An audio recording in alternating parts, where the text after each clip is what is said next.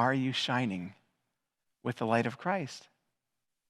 And what does that look like even? What does it look like to be a disciple of light, to shine with the light of Christ for the world around us, that we might actually change the world? And to that end, I find the Apostle Paul to be pretty helpful in terms of giving us practical instructions for how it is that we can carry the light of Christmas into this new reality, how it is that we might live as Christmas people and prolong Christmas for the world around us. This is what Paul writes as instructions for how it is that we should look and how it is that we should live as people longing to shine with the light of Christ. This is what he says to the church at Colossae. He says this: "Therefore, as God's chosen people, holy and beloved, clothe yourselves with compassion and with kindness and humility and meekness and patience. Bear with one another, and if anyone has a complaint against another, forgive each other.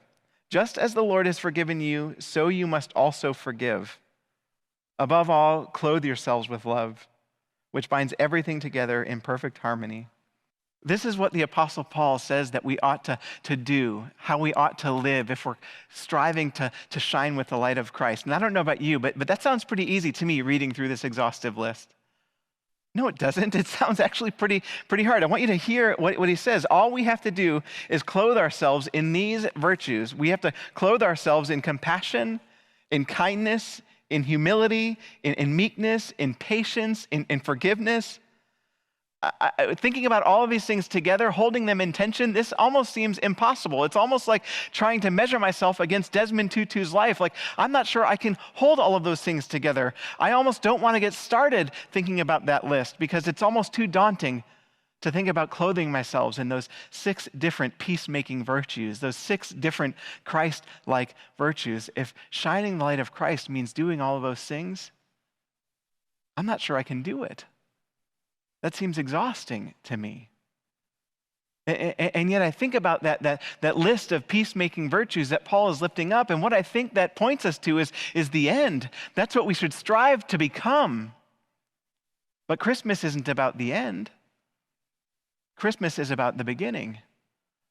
In order to clothe ourselves in those virtues, we need to start somewhere. And Christmas is the starting point of a new journey. It's the starting point of us realizing that we've been given the power to do the things that Jesus does, to shine a light like Christ for the world around us. And that's what I love, as Paul lists this picture of what it looks like to shine like Christ.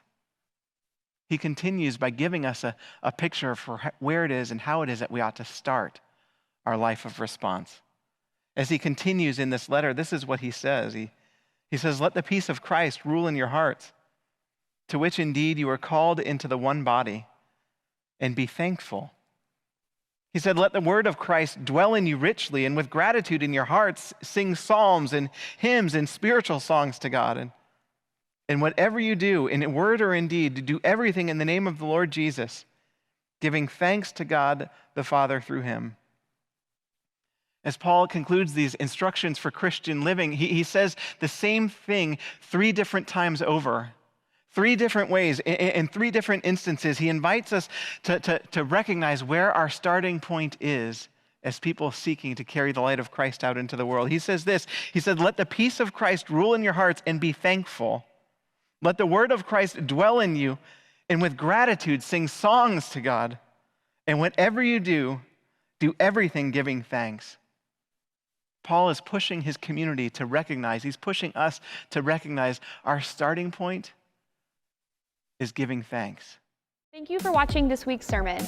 We'd love for you to join us again online or live in worship. To learn more about Church of the Resurrection, please visit core.org. Have a great week.